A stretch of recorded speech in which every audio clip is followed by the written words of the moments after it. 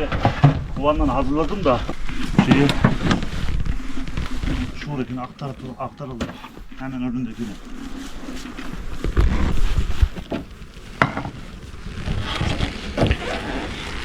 Bu da yeni aldım bu kovan.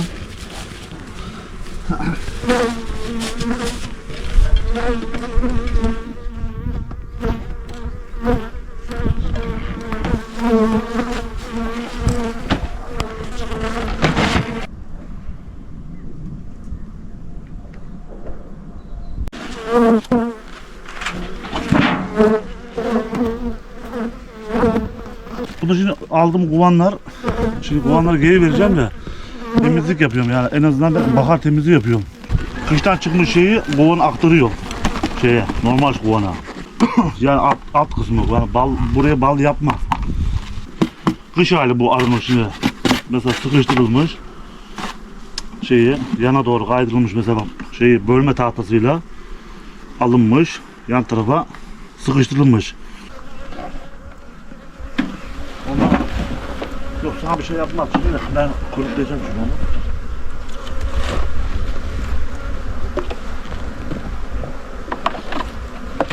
Temiz tarafları getiriyor. Bunda da terbiyesi işte bu kuruğu. Kurukla terbiye edin o bizi azmamız yapmaz. Şimdi bak hemen sakinledi. Sakinleyince öbür tarafa geçirivereceğim. Yani hem dıştan çıkmış kovanı hem temizleyeceğiz. Şeyden geçireceğiz. Temiz kovan geçiriyor. Böyle. Bunların üzerinde bal var şimdi. Şimdi bu 8. 9. çıtası polen olan tarafı. Mesela şimdi yani Bunları alıyor musun? 8. ve 7. çıtalar. Almam şu anda bu kuluçka şeyi kovanı. Şu anda arılar kendini mi üretiyor? Arılar şu anda kendini çoğaltıyor. Çoğalttığı için bu şimdi Mayıs'ın 6'sına kadar kendini çoğaltacak. Mesela bak bunu yapmış. Kapalı yavrusu da var, günlük yavrusu da var. Şimdi yavrular şu bu kapalı olanlar, kapalı olanlar. Yani çıkmasına yakın olan bak şu küçük beyazcıklar da var etrafta görüyorsun. Evet. Onlar da yeni atmış mesela şimdi 3-4 gün veya bir hafta olmuş yavruları. Şu sarı olanlar abi onlar polen mi oluyor? Polen. Bu mesela şimdi bu arada böyle bak, kapalı yavru çıkmasına yakın olmuş. Hani mesela sararmış ya. Biraz daha sarat şey yapmış. Çıkmasına yakın. Bu arının ırkı Kafkas mı? Kafkas'ın karnına kırması. Bak burada mesela hep küçük bak yavrucuk basmış. İnce yavru basmış. Ama tabii bulamadım. Polen getirmiş mesela. Ayaklarında polen var bak mesela bak. Görünüyor sarı sarı. Bak diplerinde bak. Getirmiş bırakamamış. Dokamamış. Onun için şey yapamamış. Bak buraya da gelmiş bak. Polen getirmiş. Ayaklarında. Şimdi bunları bizde şu atlık çekinceli. Şimdi mesela düşmüş bak burasına hemen bir tane polen inmiş bak. Şenol Hoca yaptı bunları. Ben Orman İşletmesi Orkoy'dan aldıydım şeyi. Arıları daha önce. İlk aldığımda yani. Ondan beri devam ettiriyor. Arı aslında güzel iş de hep başında durmak istiyor.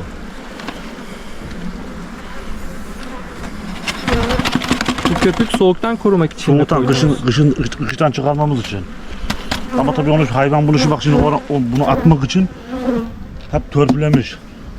Şeyi bak inceltmiş. Evet. Hadi bakalım orada ana var mıymış? Bak ana burada bak kırılış arısı o. Tam parmağım ucunda bak görebiliyor musun? Gördüm. Bak. Yukarıya doğru gidiyor. Bak. Gençmiş zaten geçen senenin arısıymış. Biraz daha uzun. Biraz daha uzun evet. O şimdi daha da aslında böyle dolma kalem silgisi kadar başı kadar oluyor bu. Tam en son böyle 3 yıl geçtikten sonra da tabii uçup da gidip geri gelebilse.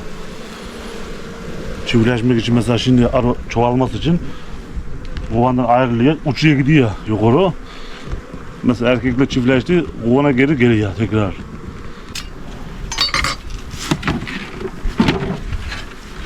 Bana şimdi 2 tane.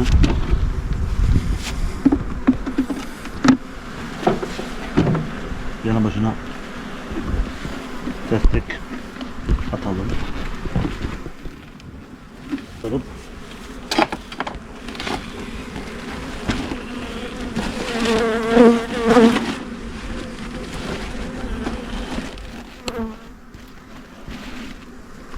Bu işte güzel işle de ama tabii kimse de yapmak istemiyor ya. Arıdan korkusun ha.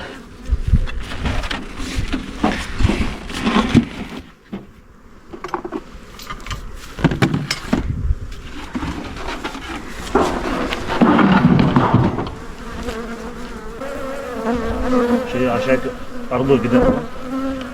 Arısının sürgülerini.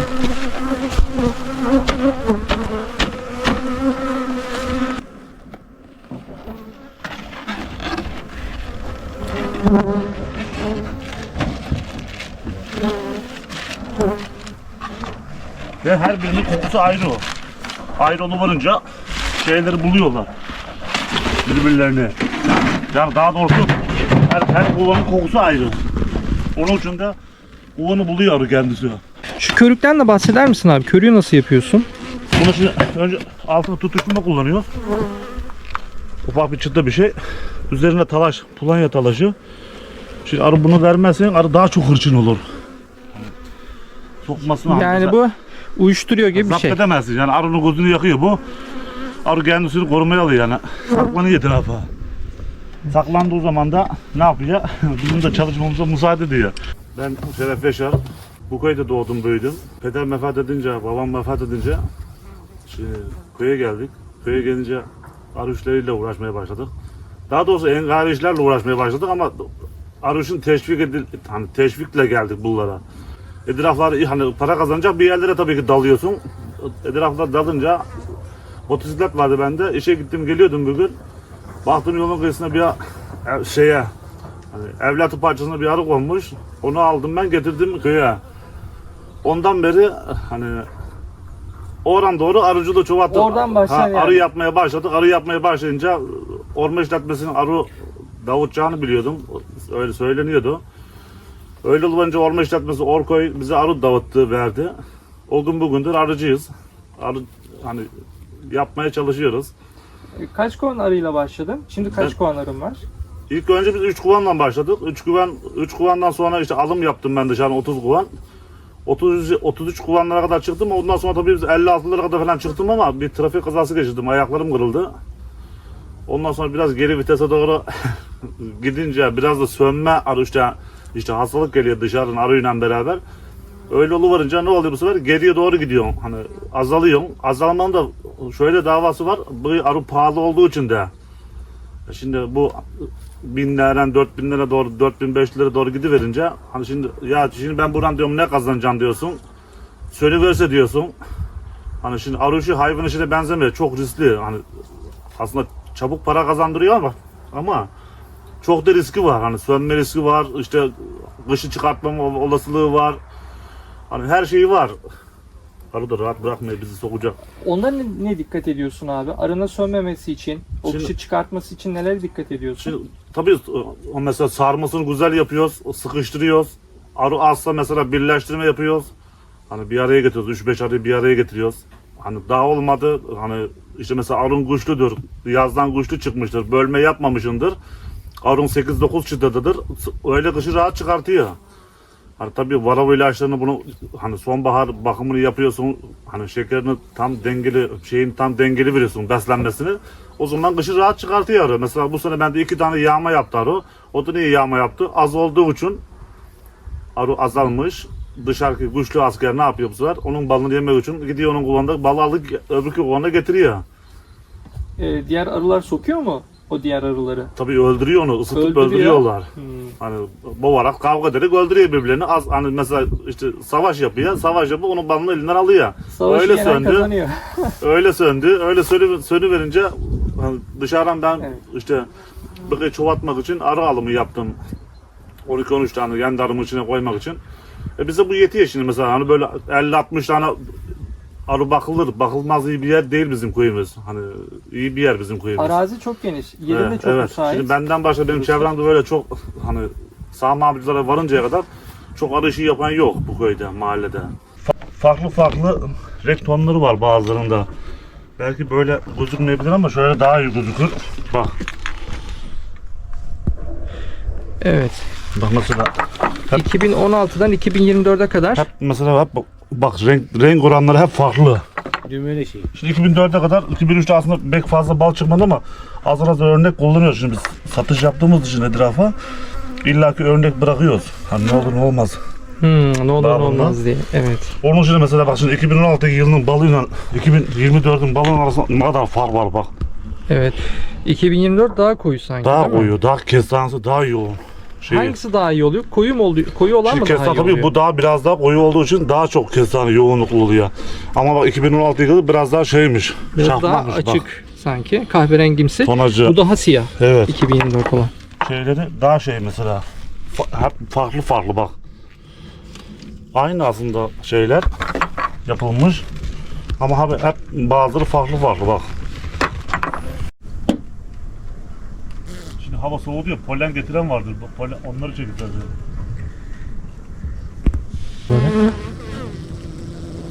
Yok öğlen saatinde sen gelmiş olsaydın oraya giremezdin zaten.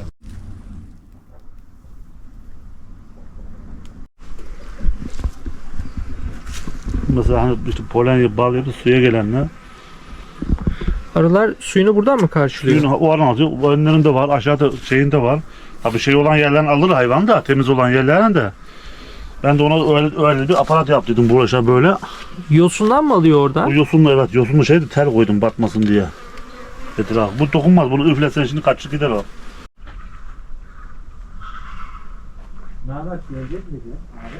Bu arıcılığa yeni başlayanlara ne tavsiyede bulunursun? Bence yapmalarını tavsiye ederim. Arı davutumu oldu. Hep genç çocuklar. Hani genç çocuklar ama bilinçli hareket etmek lazım mesela. Tamam öğrenecek sonuçta da. Hani şimdi bizim birader şimdi mesela arıdan korkuyor mesela. Arıya yanaşamıyor mesela.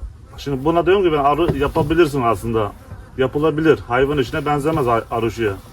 Çok masrafı yok. Hani çok ilgi göstereceğin bir şey değil. Bırakıyorsun. Hani hızlı para kazandıran bir şey. Hani hayvan işini öyle değil ama hayvan işi bakıyorsun bir sene bekliyorsun, alıfı var, yiyeceği var, çok ona uğraş veriyorsun ama arı öyle değil. Temiz iş arı işi. Hani her şeyi standartla götürürsen güzel para kazandıran bir şey. Hani bir kovanla başlasınlar bence, iki kovanla başlasınlar. Bunun sonu gelir bence. Benim gibi çoğaltırlar işte. Arılara nasıl bakıyorsun? Günlük rutin işler nasıl geçiyor senin burada? Bunun için ben işe gittiğim zaman geldim mesela diyelim ki ben bir gün önceden şerbet hazırlama yapıyorum. Hani yiyecek vereceksem eğer. Şimdi bizde mesela Mayıs'ın 6'sına kadar falan yiyecekleme yapıyoruz. Niye yiyecekleme yapıyoruz? Onu katı hazırlıyoruz mesela. Şimdi kuluçkada arı varken pek bal getiremediği için bu dönemde şimdi yeni işte bal getirmeye başlıyor. Mesela armut ağaçlarından, çiçeklerden. O zaman onu bir şerbetleme yapıyoruz. Niye? Yavruya bakabilsin diye. Şimdi açtığımız kumanda mesela çok yeri yavruluydu mesela. Az yerleri ballıydı mesela. Ona yiyecek vermezsek ne yaparlar onu? Isıtır söker yavruyu. Söktüğü için orasına bal koyacağım diye. Biz onu genişletmezsem şimdi yerini de o zaman da söker onu. Yavruyu kurutuyor atıyor. Söküyor yavruyu yani. O askeri çoğaltmıyor yani. Askeri çoğaltmıyor. Askeri çoğaltmayınca biz onları işte Mayıs'ın 6'sına kadar hazırlıyoruz onu. İşte geldikçe gittikçe.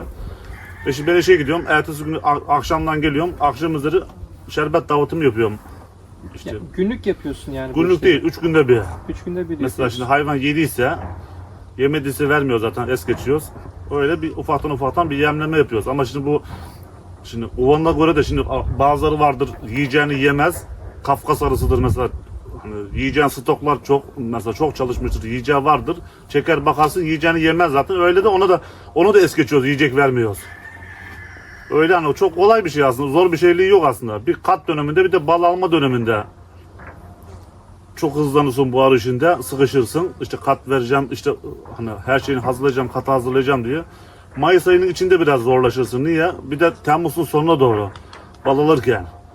O zaman da arı şimdi çok hırçın oluyor. Bizde şimdi mesela biz buğra üçleme yapıyoruz. 3 kata kadar ulaşıyoruz mesela. Birinci kuluçka, ikinci işte bal bölümü, üçüncü bal bölümü. Yani 3 kata kadar çıkartıyoruz. O zaman olup bu ne yapıyoruz biz? Hani birinci katı indirdin, ikinci katı indirdin, alt katı arıyı komple indiriyorsun. Tabii alt kattaki yer almıyor bu sefer. Arı ne yapıyor?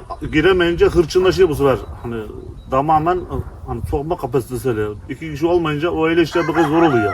Yani yılda 2 dönemde zorlanıyorsun, 2 ayda. Bir 2 Mayıs ayda. ayında bir de Temmuz ayında. Temmuz ayında. Ama böyle kış bakımları böyle şey olmayınca, şimdi az olunca arısı adam bunu çalışır. Şimdi mesela adamın 50-60 veya işte 200-300 tane arısı vardır. Yanında 2 tane eleman olmayınca yine yapamaz. Şimdi kuruklen hani duman diyoruz ya biz hani dumanlamayınca arı hırçınlaşıyor. Ama dumanlarsan arıyı hemen işi Sanki bir narkotik ilaç gibi Ha, bir uyuşturucu. hemen değiştiriyorum içine. Yani. İçinden hemen değiştiriveriyorum için. Aslında ben elim pratik, buna yatkın elim olduğu için hemen takır takır değiştiriyorum. Evet. Bal üretimi nasıl oluyor? Bu süreçte dikkat etmen gereken özel bir şey var mı? Bal alırken dikkat etmen gereken özel bir şey var mı? Aslında burayı da yağmura bağlı ya. Şimdi bizim burada mesela tam bal gaz şeyini korsun, hani her şeyi hazırlarsın, arıyı bala yatıracaksın, gidecek. İşte kestane açmıştır, çiçeği hazırdır ama bir yağmur yağar. Hani arı gidemez, işte o şey kızarır, dökülür mesela kestane çiçeği. O zaman bal olmayabilir. Olsa da çok nadir olur. O da çiçekten sağdan soldan gelendir. İşte bizim dönemimizde mesela şimdi Mayıs ayından başlayıp Temmuz'un sonuna kadar zaman diliminde kestane daha aslında kısa. Haziran içinde kestanenin içi hani bal gelmesi. O dönemde mesela biz 15-20 gün içinde kestane yağmur yağmadı. Balımız iyi olur ama yağmur varsa iş tersine dönüveriyor hemen. Hani bir bakmışsın açarsın kovan boş, öbürkünü açarsın var, öbürkünü açarsın boş, diğerini açarsın dolu. Ulan dersin bu yarı başındaki kovan niye boş, öbürküsü çalışmamışmış. Öyle de değişkenlik de oluyor. Şimdi 5 kovanı bir araya koydun, arasından bir tanesini seçersin. Aa dersin bu kovan balı varmış, öbürkünü niye yok? İşte ırk farklılığı da var işte bu şeyde. Mesela balını yiyen var, yemeyen var, çalışan var, çalışmayan var. Arı mesela sadece hani kovandan çıkıp da yağmalcılığa giden arı var ya. Hani böyle o öyle ırklar var. Başkasını kovandan yağmalayıp kendi kovanına getiren ırklar var. Adam işte o zaman ne yapıyor? Gidip çalışmaya.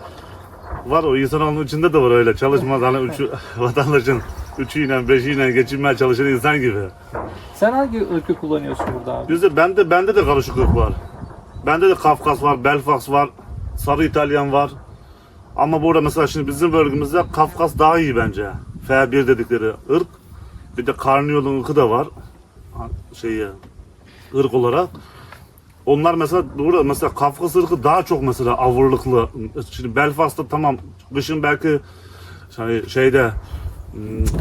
nedir ona Belfast grubunda kırmızı olan gruplarında Belfast'ın sarı olan gruplarında çok yiyecek yiyor. Kışın mesela çıkartamıyorsun. Ona boyuna işte Aralık ayı gelir bakman lazım. Ocak ayı gelir bakman lazım. Aç kalmış mı diye. Hani Şubat işlerine bakman lazım. Ama Kafkas arısı öyle değil. Kafkas arısını bir kere kapat, sıkıştır. Hiç hani 8'in altına düşürmez çerçevesini. Yani arısı ne kadar güçlü olup olsun, zayıf olup olsun. Hani hep 8'dedir, hep 7'dedir, hep 6'dadır, hep 10'lardadır. Kafkas arısı daha Kafkas arısı daha iyi bizim bölgemizde. Çok iyi çalışan bölgede Ya çok şimdi iyi tabii çalışıyor. iğnesinden de böyle iğne faktörü de var tabii. Şimdi bazılarının iğnesi kısa, bazılarının uzun. Hani iğnesi, alma iğneleri. Şimdi bazı arıların iğnesi kısadır, hortumu alamaya. Bazıları ama alıyor. Öyle de faktörler var. Şimdi ırklara göre değişiklikleri var.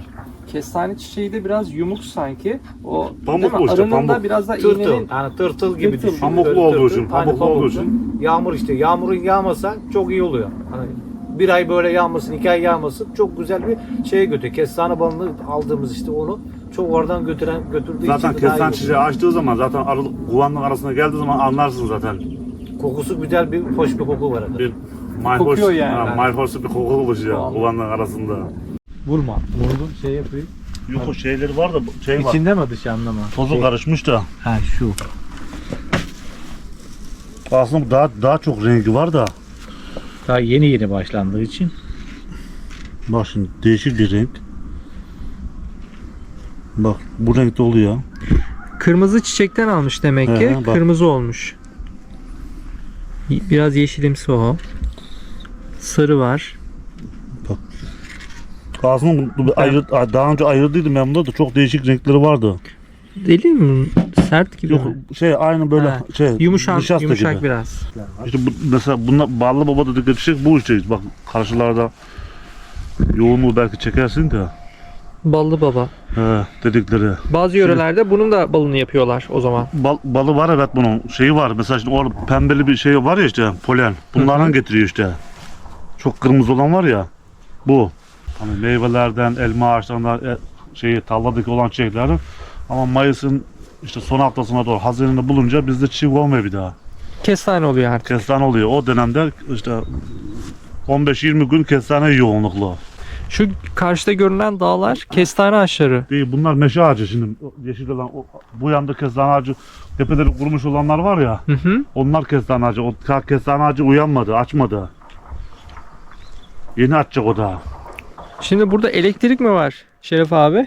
Bu Nasıl aslında koruyorsun sen bu araları? Aydan koruyorsun herhalde bu elektrikle değil mi? yok panel var oraya güneş enerjisinin şeyine gidiyor. Hani, ne de ona makine var çıt makinesine ama tel kıştan çıktığı ucunda bir koptu tabii etrafta. Şimdi bunda elektrik yok herhalde. Yok panel aldım. Az önce çarpıldık. Yok hani, bunlar bizde aslında ayı da aslında etrafta dolaşıyor da tabii şey yapamıyoruz. Ayı var değil mi abi buralarda? Var. Ama tabii bizde buran doğada geçmiş iz yapmış. Şurada çamura basmış. Abi orada sanki büyük bir arı var bak. Siyah bir arı var. Yok, Görüyor musun? Şey, avaçları delen var ya şu tahtaları delen. Arı mı? Arı oluyor değil mi o? O da şey arı değil işte bu. Yaban arısı da ama tombulları diyoruz hani siyah arı da şey de. Bir göstereyim mi abi? Dur Ha? çekeyim Ha, diyeceğim ama. Dur. Geliyor mu? Yok o ağlı direkten deler ya böyle çitleri deler. Hı hı. Bunların zararı oluyor mu? Yok Arının- buna zararı yok. Bu aslında böyle hırçın bir arı da değil. O da polen toplayan. O da toplamaya başlamış.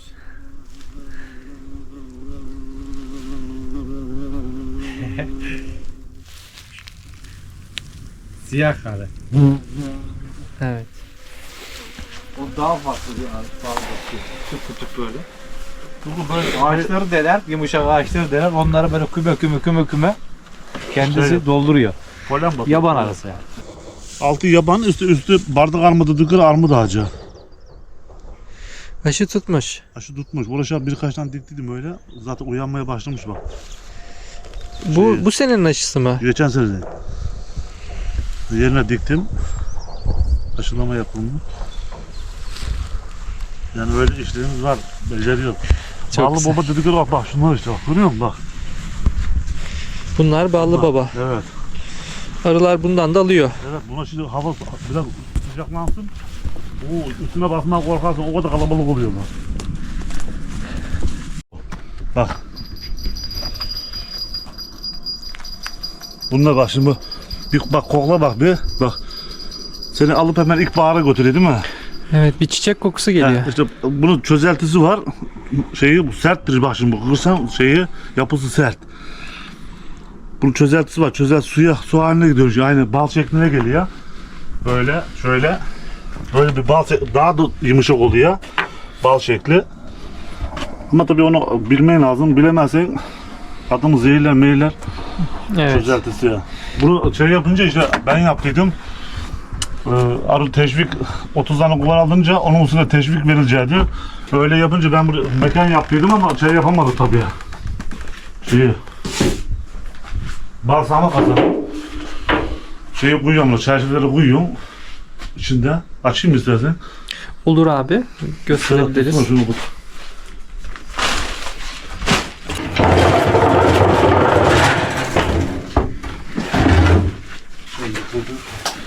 Buraya biri doğru. Şimdi bu mesela bak mesela şeyleri koyuyorum. Bak şimdi boş Çerçeve. Varsa Bunlar da boş yok. Aşağıda kaldı şey. Bunları birer tane Tamam mı? karşılıklı taraftan geçirdiğin zaman çerçeveleri koyuyorum. Kapakları var. Çeviriyorum bunu. Hızlı çevirdiğin zaman balı otomatikman atıyor hani rüzgarla beraber. Bunun işte makine olan olan da var. Makineli olan da var. Manuel olan da var böyle. Şeyden kapattığın zaman camları kapattığın zaman hızlandığı zaman rüzgarla boşaltıyor içine. İki taraflı. Adam neler yapmışlar değil mi? Evet. Bak, bal yoğurdu da nasıl kokuyor içi. Güzel koku geliyor ama. Evet, ha, bal Güzel kokusu kokuyor. geliyor. Bal kokusu geliyor. Tabanında. Boş bir çerçeveler. Petek yok. Onlar hep şey var. Çerçeveler vardı. Şundakinden Yok şeye baktım da. göstereceğim tamam da dur. Gözlü çerçevelerden. Ya şeyi de kırar şimdi o. Şeyini göstereyim. Bak. Buraya bu şekilde oturtuyorum. Aynı güzergahta 4 tane diyor zaten. bir tane karşısına koyuyor. Mesela böyle. İki de böyle koyuyorum. Bal doluyken bunu çeviriyorum. Akıtıyor. Boşaltıyor içine. Şeyleri. Çerçeveleri.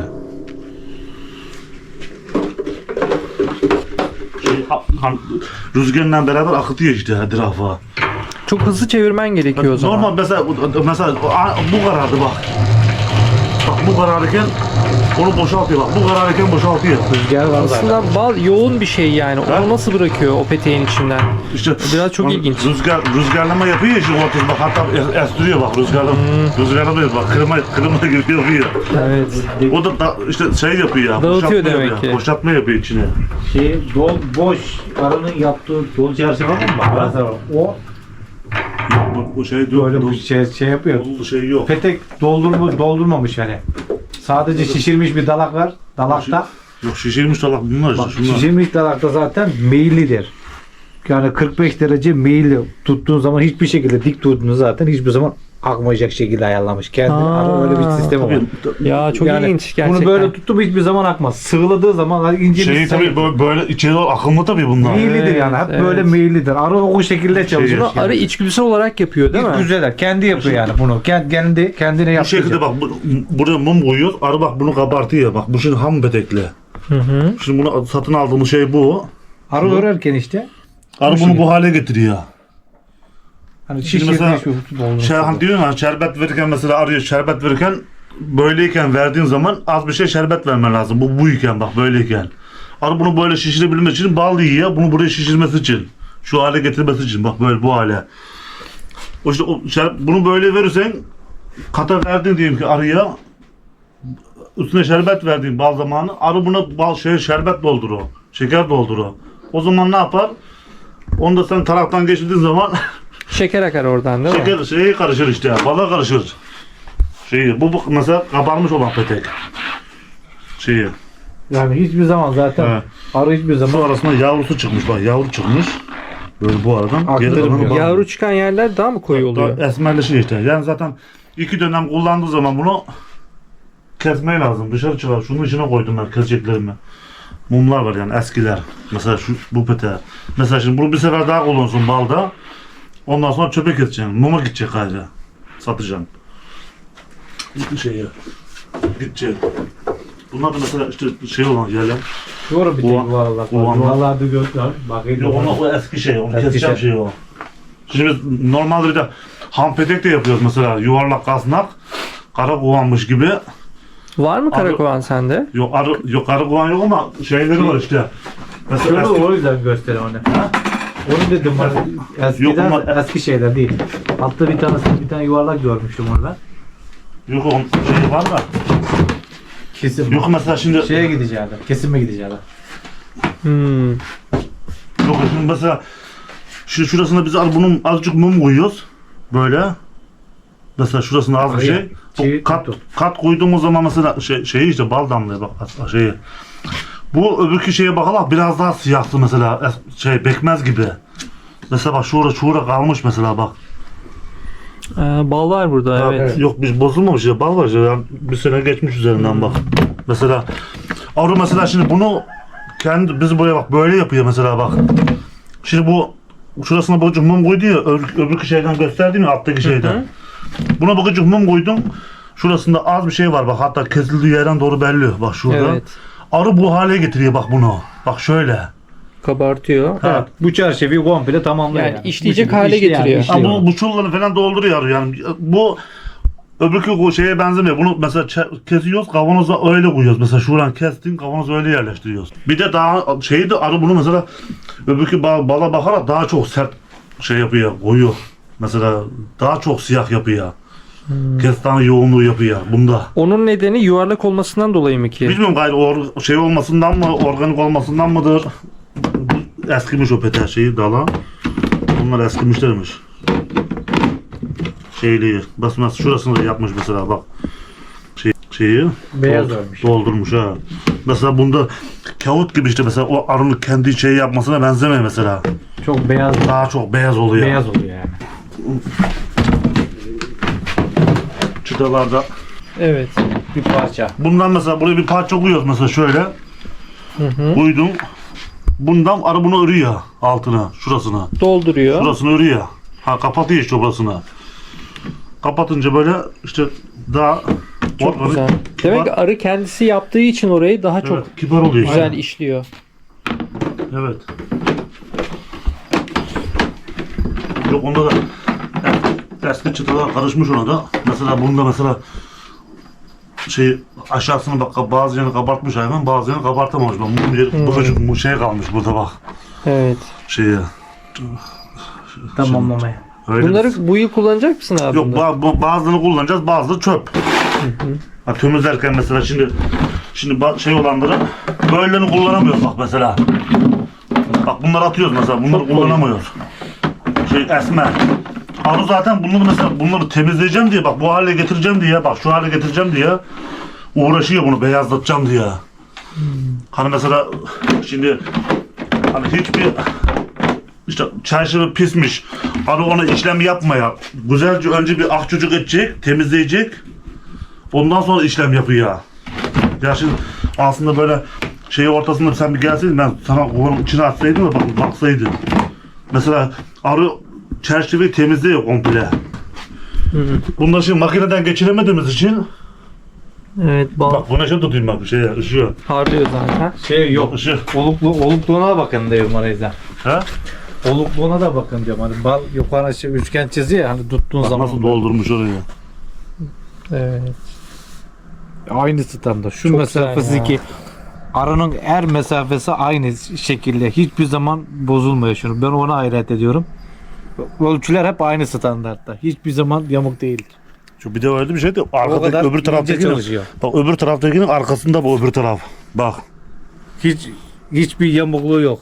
O kadar Yani ince buradaki çarpı ince doku. öbür taraftakinin arkası.